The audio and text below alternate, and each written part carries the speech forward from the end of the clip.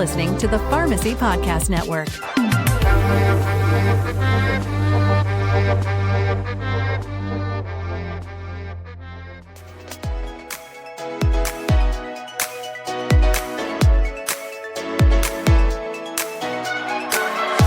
YARAL Pharma, an innovative player in the U.S. generics marketplace, has partnered with the Pharmacy Podcast Network to educate and build a network of pharmacists. Learn more at yaralpharma.com. This podcast is sponsored by YARAL Pharma. Today we're talking about an important topic for our aging population, managing hypothyroidism in long-term care settings. In this episode, we are focusing on the management of hypothyroidism, a treatable but not curable condition, and will explore unique challenges for patients with hypothyroidism in long-term care, from tolerability and formulation considerations to consistent dosing and patient needs. Dr. Tamara Ruggles is not affiliated with YARAL Pharma. All views and opinions regarding hypothyroidism are solely her own and are not attributable to YARAL or the Pharmacy Podcast Network. Hey listeners, this is Todd Urey, founder of the Pharmacy Podcast Network. I am pumped up today. We have a deep dive into managing hypothyroidism in long-term care, the impact on our seniors. This is a pharmacist perspective, a pharmacist that I've trusted for years, who's a member of the Pharmacy Podcast Network, Dr. Tamara Ruggles. It's so good to have you here. Tamara, how are you? I'm wonderful. Thanks for having me, Todd. I appreciate the opportunity.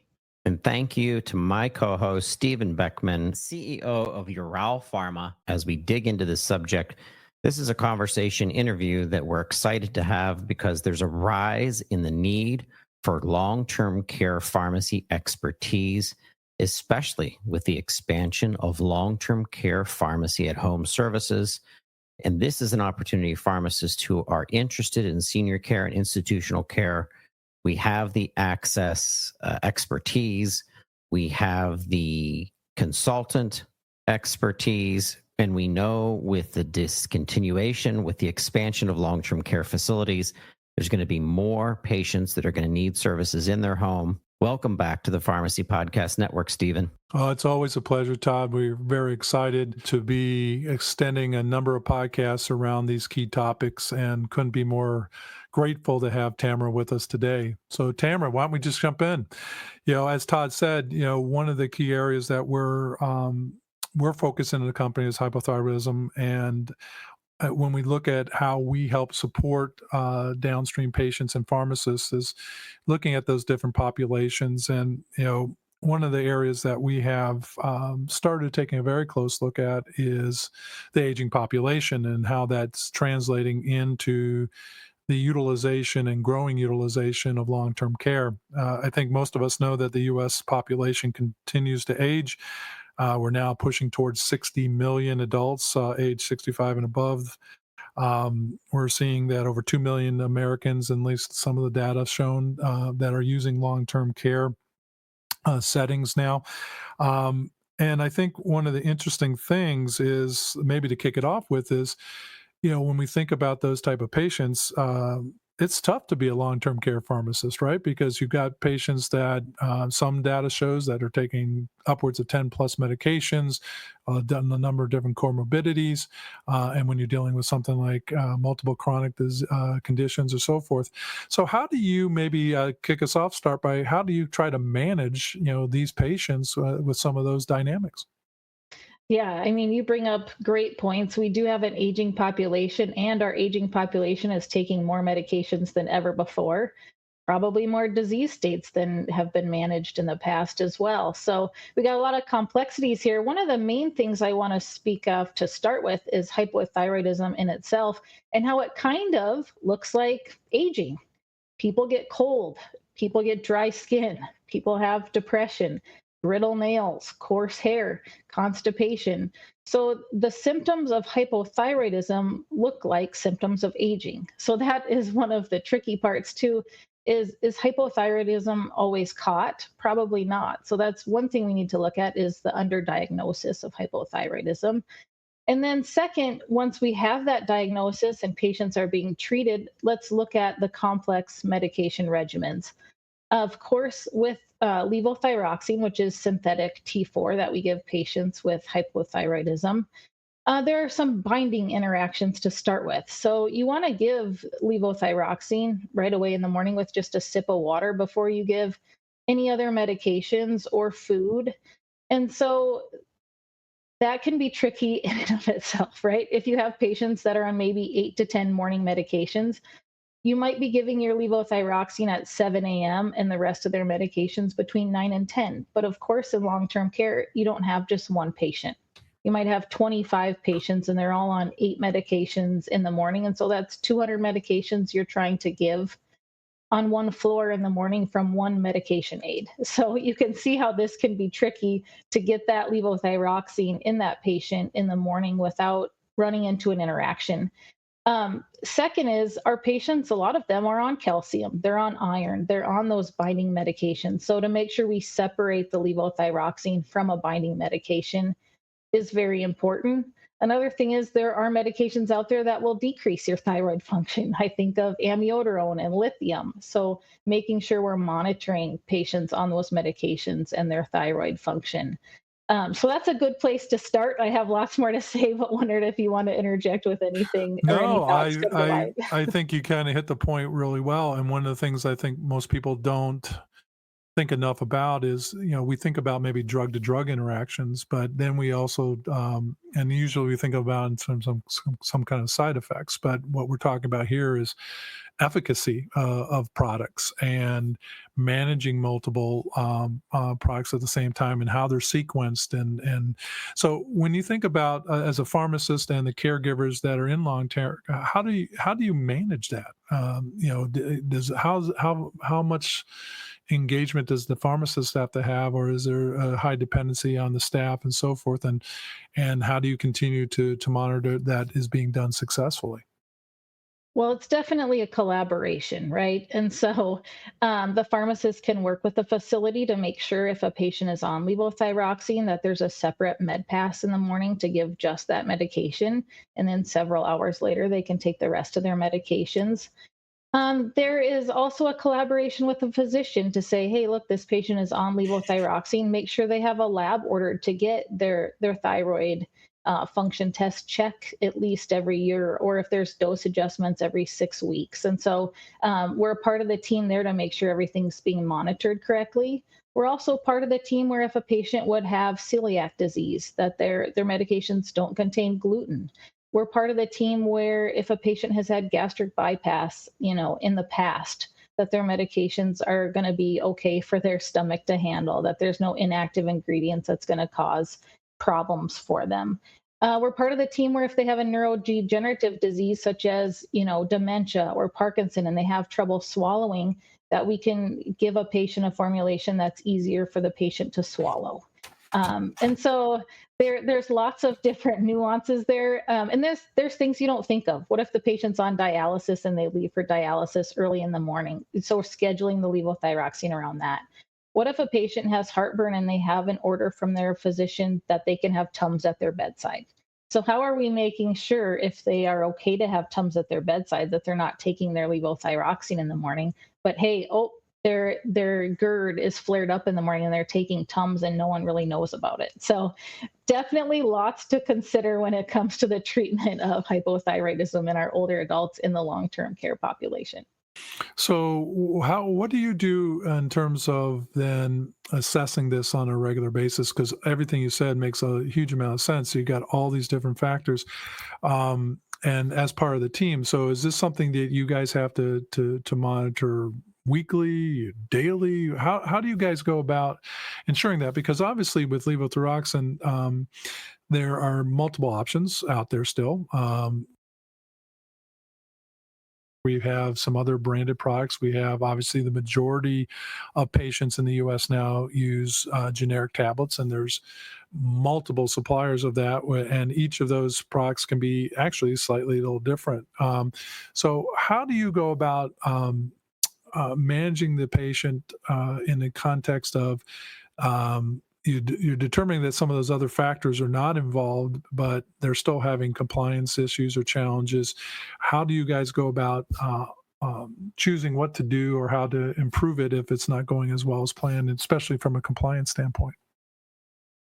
Yeah, that's a great question. So, a majority of the work is done upon admission to a long term care facility to make sure the timing is correct, there's no interactions, things like that. Once they've been in the facility for a while and we're monitoring those routine labs, if a patient's labs come back normal, we continue what we're doing. The problem comes when the labs don't come back normal and we need to make adjustments. You have to look at more than just dosing, right? So then you would look at different formulations. Did the patient get a different generic this time than they did last time? Has the pharmacy been switching their supplier? That could definitely come into play. Is there a new order for a medication that's interacting? Is a patient taking a new medication that's affecting their thyroid function? There's just lots of things to look at. So if the patient's labs are normal, great, let's continue the course. But when they're not normal, we got to look at more than just adjusting the dose. Let's look at some of that background stuff. If the patient has been on the same formulation, if they've been getting at the same time, nothing like that's changed, maybe it's time to adjust the dose, of course. Yeah. One of the things we don't always think about too is the supply chain or the flow of product in. So one of the things that'd be interesting, I think maybe people don't realize, is how does long-term care actually access? What is the dynamic in terms of accessing drug? Is it coming through a specific pharmacy? Are they aligned? Maybe you could talk a little bit as a pharmacist how you ultimately are receiving your products, and then how there's control of products that are being purchased or not purchased. Because I think maybe some people don't really understand that there's pharmacy in-house or there's pharmacy outside the facility. How is that usually managed so that you're also looking at the kind of flow of drug product into long-term care? Yeah, so long-term care pharmacy is kind of a different beast than Mhm. than retail pharmacy. So typically a long-term care facility will have its provider or preferred provider pharmacy. That could be in-house, it could be kind of a central pharmacy that fills for many long-term care facilities. But long-term care facilities will get their medications from a long-term care pharmacy that are packaged in a specific way that the facility is going to dispense. So it might be carded in a monthly fill. And right beside, the number one, you give that pill on the first of the month. And there's a pill with a marking of 2, and you give that pill the second of the month. And there's a bubble for 3, and you give that on the third of the month. It could be that way. It could be where you just kind of fill on demand and you get them carded. And when you have 3 or 4 left, you ask the pharmacy to fill it for you. It could be a weekly supply. But in long-term care, medications are typically packaged. You don't have a bunch of bottles sitting in med carts that you're trying to fumble around with. So the pharmacy will package them for you and send them to you. But there is still that kind of same wholesaler feel, right? So a long-term care pharmacy would have a wholesaler just like a retail pharmacy would. And typically, you kind of get the cheapest the cheapest generic you can because you're trying to make money. And honestly, in pharmacy, our dispensing fees are down. We're not getting paid as much as we used to. And then if a patient's on a Medicare A stay, we're getting a rate for that medication, but is the lowest we can get that medication for, the more money we make in the pharmacy. And so it's part of that scenario where you reorder medication from the wholesaler, and sometimes they'll substitute the cheapest generic and sometimes they won't. But the manufacturer is being switched often, typically, especially with a medication like levothyroxine. You'll have different manufacturers coming in all the time unless you hit that do not substitute mark on your wholesaler when you're ordering. So when you think about the treatment of hypothyroidism, how do you go about making those changes if you are getting variability in the tablets that are coming? Because obviously they're coming in and let's say they're being prepackaged, they're provided for the month, but then their patients not being compliant with their medication because they're having tolerability, other issues. So how do you go about addressing that, or how's that information does it come back into the pharmacy and the pharmacist is now working with the physicians to do that? Are they retesting, or do you just kind of do continuous trial by error? Because obviously for any chronic condition like hypothyroidism, maintaining a good level of compliance is the most important thing, because if a patient's not taking the medicine, they surely are not going to be getting the benefit of that. So any thoughts around that in terms of how you go about approaching that, especially when you're talking about these patients that have got these comorbidities, they've got other risk factors, cardiovascular or other. What kind of things do you think about in terms of making those changes when you need to make those changes? Well, I can kind of speak to the ideal world and also the real world. So, ideally, when we have a patient come back with labs that are not within normal limits, that are too high, too low, we would look at, has there been a switch in the manufacturer, a switch in the generic? Is the patient being compliant, or does their stomach hurt from some inactive ingredient in that medication? So, that would be ideal. Unfortunately, in the real world, what happens is a patient gets their TSH drawn and it's too high, so the provider will adjust the dose. And so 6 weeks later, they'll recheck it. But it oftentimes ends up being we're just chasing a normal lab with dose adjustments that just keep happening over and over and over again. And the patient is never really quite stable. They're all too high, too low. And then you end up with a complex medication regimen where you're taking maybe 88 microgram 3 times a week and 75 microgram 4 days a week. And of course, we know the more complex the regimen, the decreased compliance and the increased risk for medication errors. So I'm hoping, more pharmacists will start looking into, hey, their TSH is high, but we switched the brand of generic that we've been using. Maybe that was the cause, and try to keep a more stable or a consistent generic in the pharmacy to benefit our patients, because it doesn't feel good when your TSH is really high, and it doesn't feel good when it's really low either. I mean, we want patients to feel their best, and that doesn't happen when you got this teeter-tottering of lab values and thyroid function. So, we see this in the retail pharmacy side a little bit, where patients abandon their prescriptions. They're not filling them. They're not, and that could be due to the tolerability, but ultimately compliance is a challenge. So, how does long-term care actually help in that regard? Because if you're going to a retail pharmacist, and the pharmacist can reach out, the doctor's going to check, a patient's talking to a pharmacist or physician, but we see pretty high abandon rates. And this is not just for hypothyroidism, but it can be for other chronic disease. But if you have a patient that's now in a long-term care setting where there's more consistent oversight, maybe is the right word.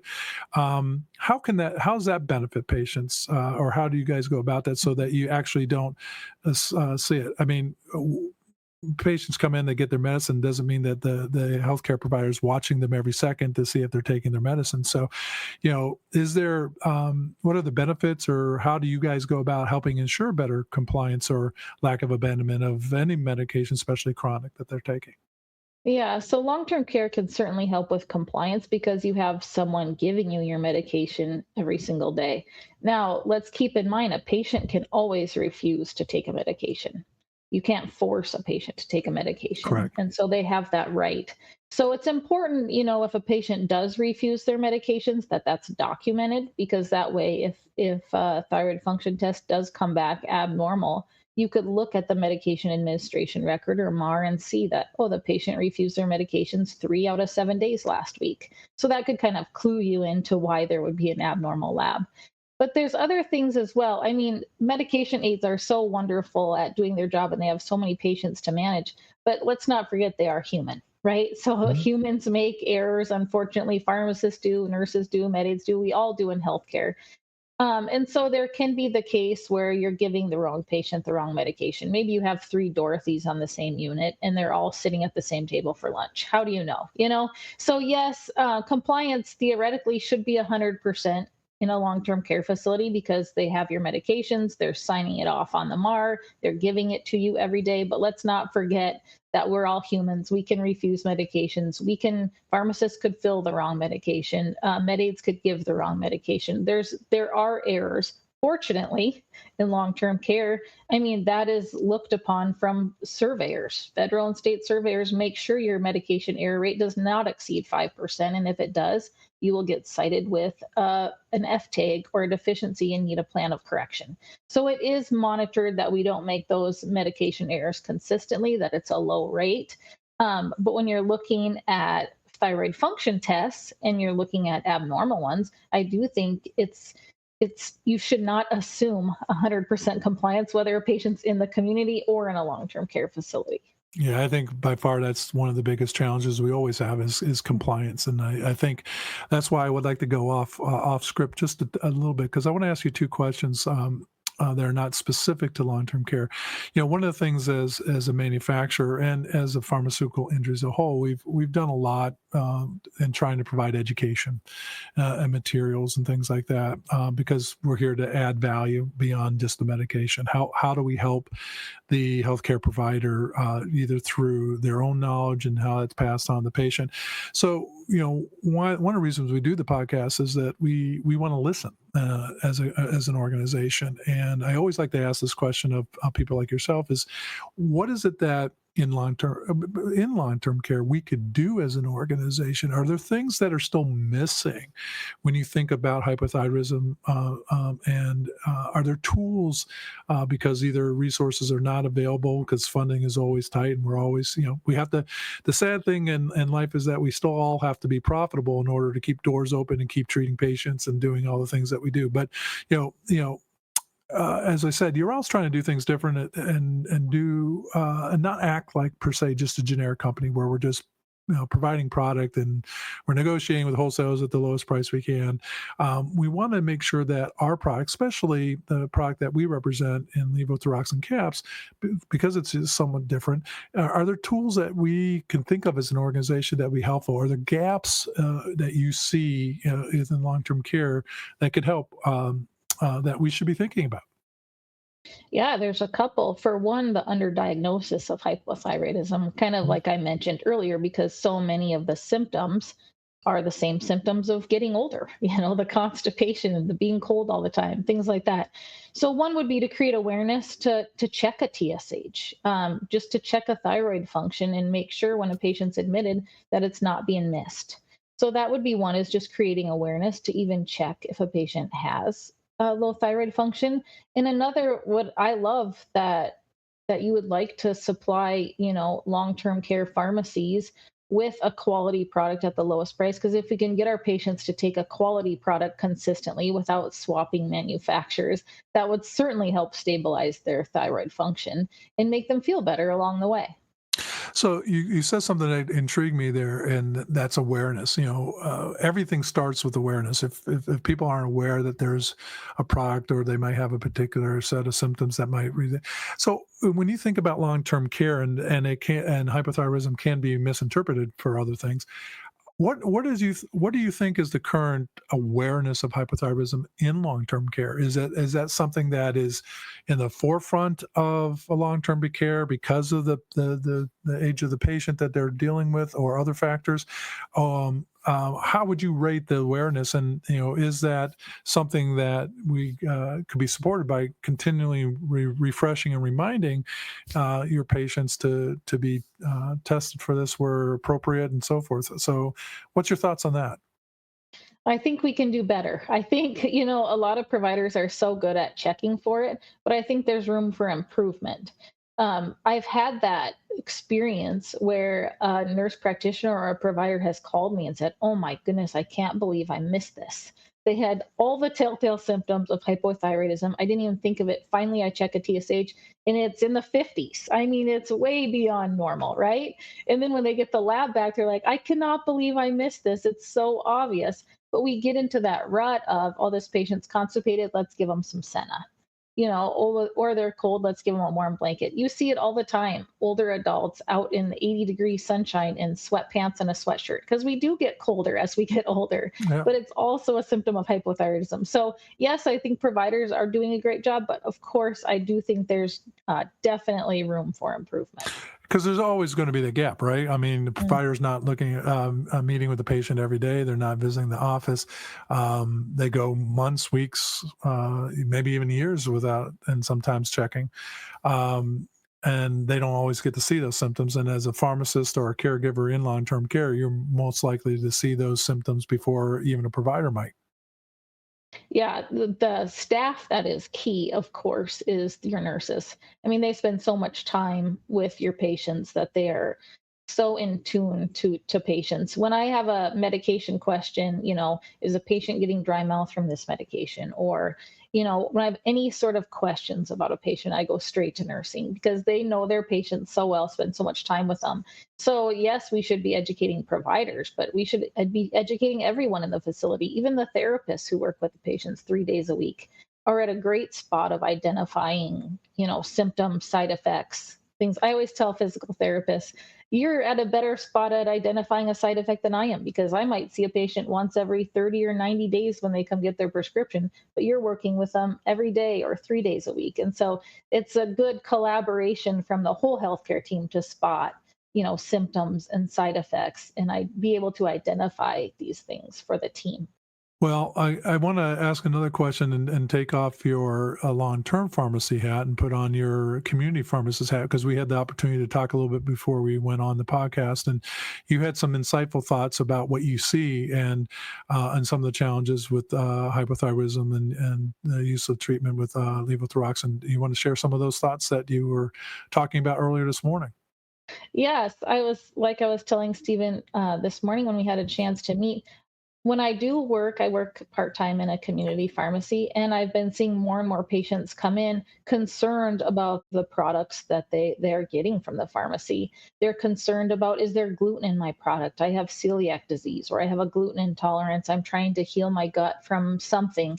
Is there gluten in this medication? And so, I have found myself more and more looking up inactive ingredients and seeing what's in there. There might be a red dye allergy. There might be all sorts of different inactive ingredients that a patient is allergic to or not tolerant to that really doesn't make a big difference for their health. I've seen that more and more in the pharmacy, and I also see more and more patients that have had like gastric bypass surgery, or they're on a GLP-1 medication and the stomach motility is decreased, or they have a less surface area of their stomach. And so some of those inactive ingredients can wreak more havoc on them than, if they didn't have gastric bypass or if they weren't on a GLP-1 medication. I'm not saying either of those things are wrong. I'm just saying those inactive ingredients can affect you more, if you're taking one of those medications or you've had a surgery in the past. And so certainly it's important to check those inactive ingredients and make sure that they're not causing problems for patients. But it can be difficult to look up every single inactive ingredient in every single medication they're taking. And so it is very nice when there's a product on the market that we can recommend without having to search through a list of 30 to 50 inactive ingredients for patients. Well, I mean, I would think it's pretty hard, given the demands on a pharmacist as I see them, it's pretty hard to have the time to go and do that research. And we're talking about a product that you has the least amount of inactive ingredients within the product itself. Correct. Yes. And I would consider the least amount of inactive ingredients and then free from dyes and things like that. Good. And do you think most pharmacists, that's something that's in their mindset? Or is it becoming more in their mindset now because of what you said in terms of that the patients are actually bringing this to your attention based on what they read or what the literature they've done? I do think it's because of patients that pharmacists have thought about it more or are looking into it. Of course, as patients, we have to be our own advocates. And so patients need to ask their pharmacist and have them look into it for them.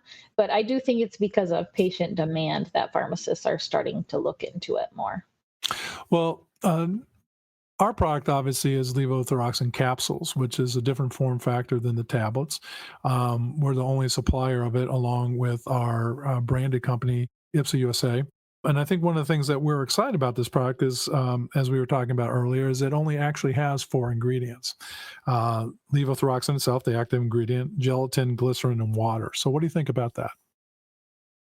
Well, I think that makes my job much easier when patients are looking for something without gluten or dyes or any sort of inactive ingredient that may cause them some stomach upset. I mean, I do have a lot of patients who will get settled on a medication and be doing really well, and as soon as we switch manufacturers, they are not doing well anymore. I can think of my own mom who, has trigeminal neuralgia. She's on oxcarbazepine. She was doing so good on one, and they switched the manufacturer, and it was no longer controlling her trigeminal neuralgia. So now she requests that, manufacturer only. And we see that all the time in retail pharmacy for all sorts of different medications. Hey, that one worked really good for me. That one didn't work for me at all. What is the difference? Is it in, like, I don't know, but there is something there that says certain manufacturers and certain manufacturing processes work better than others, or maybe it's the purity of the product.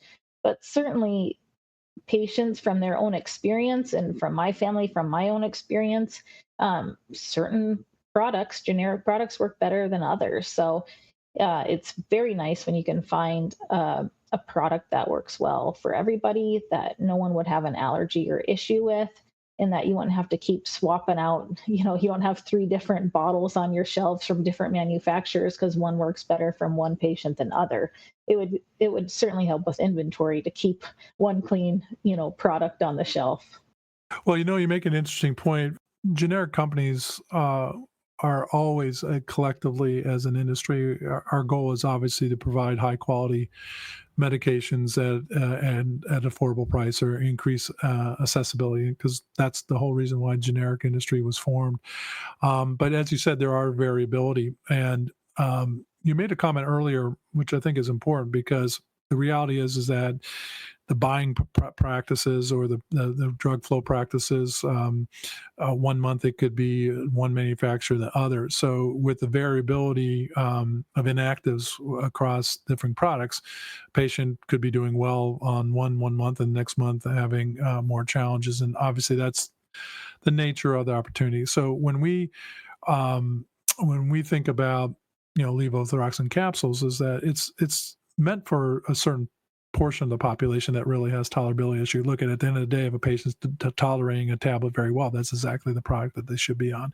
So when you find that you have a patient that is not being tolerant on levo tablets, how do you really go about? Is that going back to physician? Because if they're going to change on to something else, they're going to redo testing. And how's that process work when you find that a patient is struggling and doesn't want to take the medication, and you determine it might not be other outside factors? What's that process look like?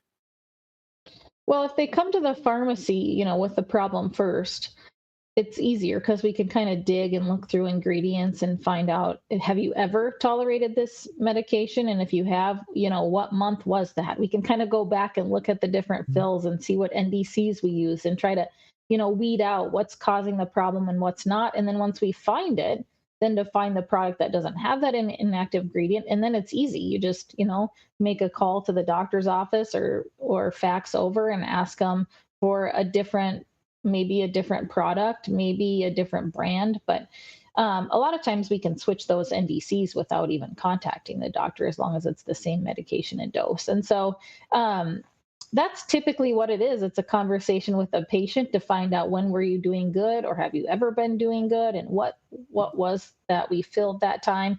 And if you've never been doing good, well, then it's time to look at a different product without a lot of those inactive ingredients, a product with the least amount of ingredients possible, to try to see, are you going to tolerate that better? Is that going to affect your thyroid function the best way, so that you don't have to keep getting your labs drawn every 6 weeks and making dose adjustments?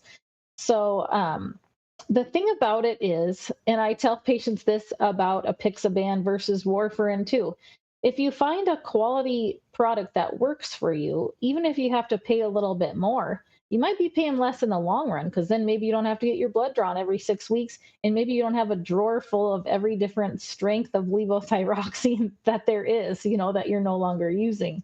So yeah, certain medications, certain generics may cost more upfront, but in the long run, you probably save yourself money from lab draws and unused medications, and the stress of having to switch doses all the time. So there's something to be said for paying a little more for quality, but in the long run, feeling better and saving money on other things.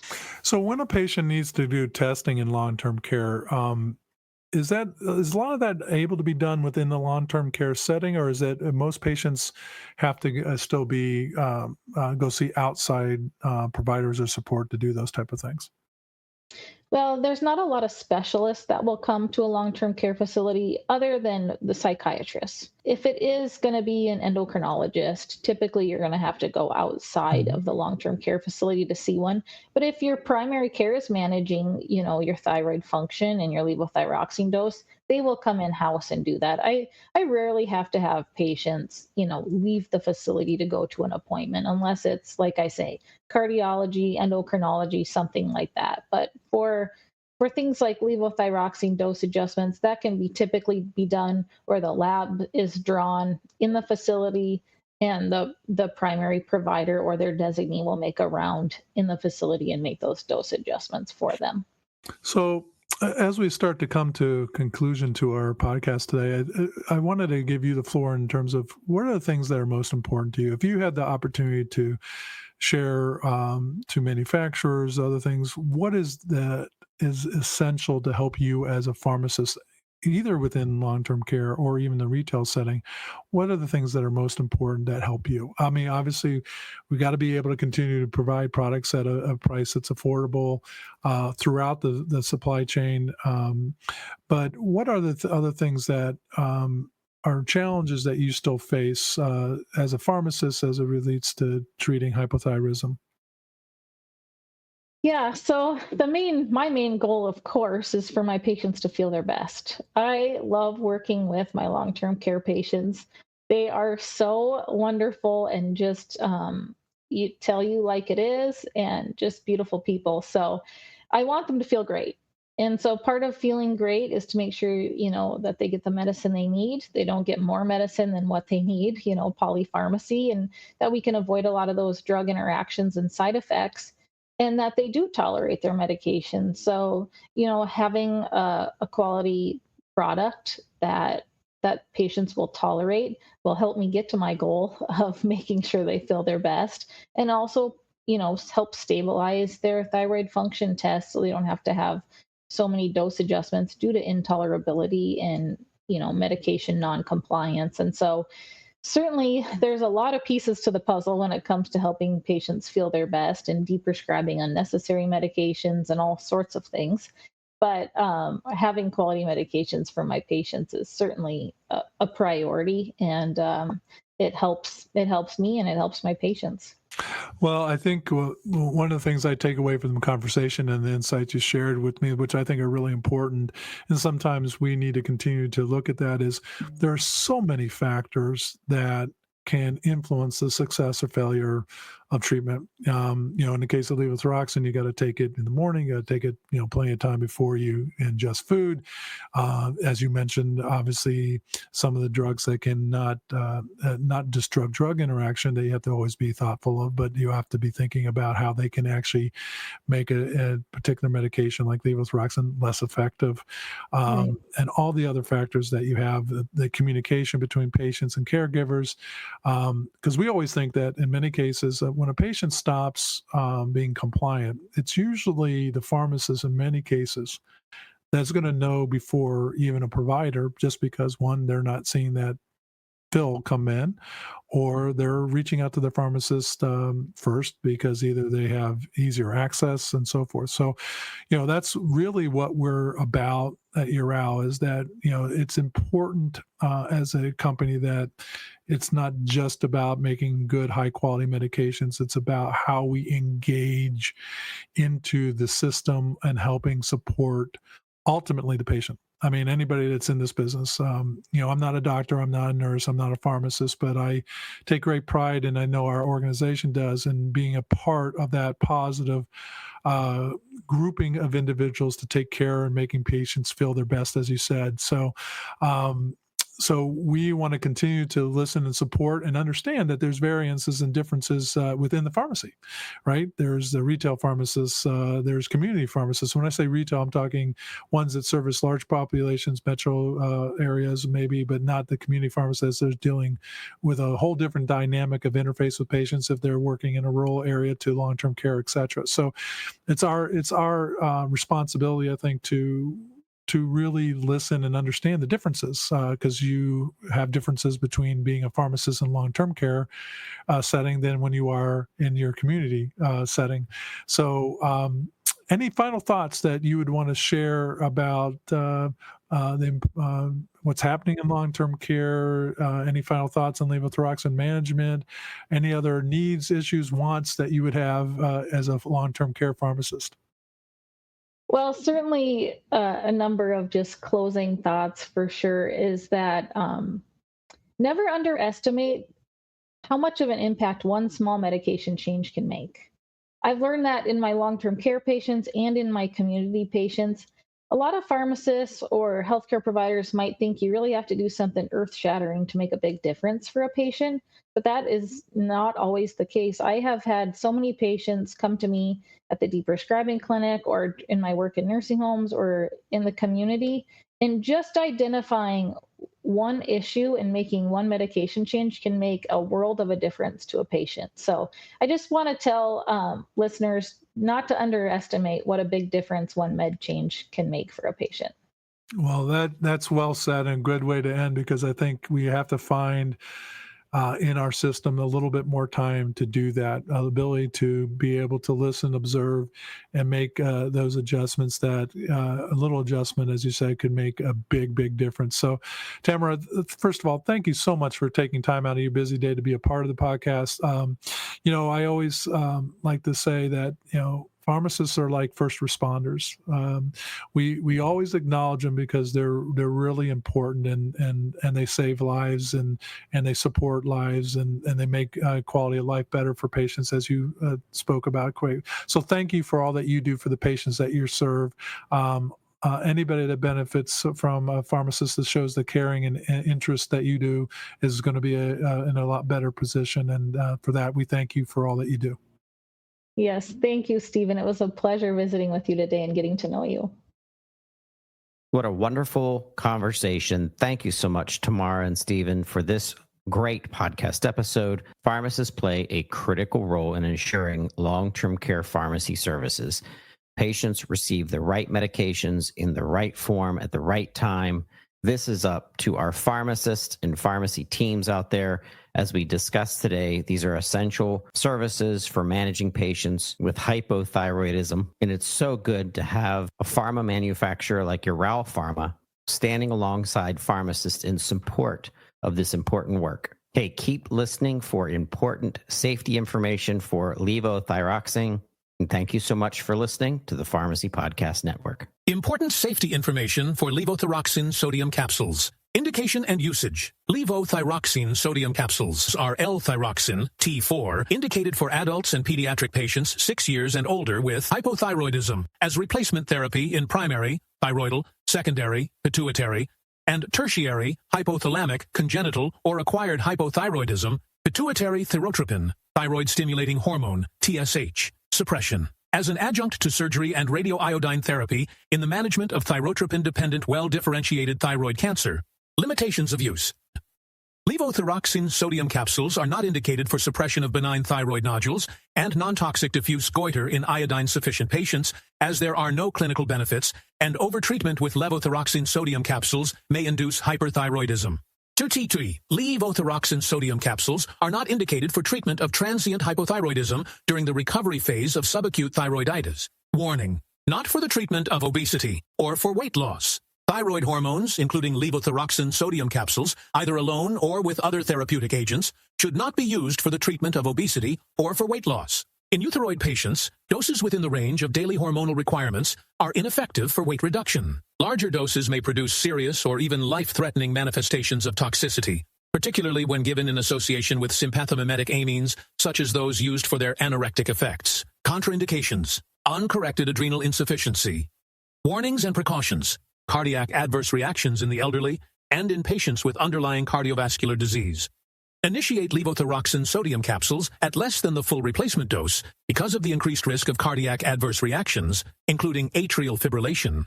Myxedema coma. Do not use oral thyroid hormone drug products to treat myxedema coma. Leaky acute adrenal crisis in patients with concomitant adrenal insufficiency. Treat with replacement glucocorticoids prior to initiation of levothyroxine sodium capsules treatment. prevention of hyperthyroidism, or incomplete treatment of hypothyroidism.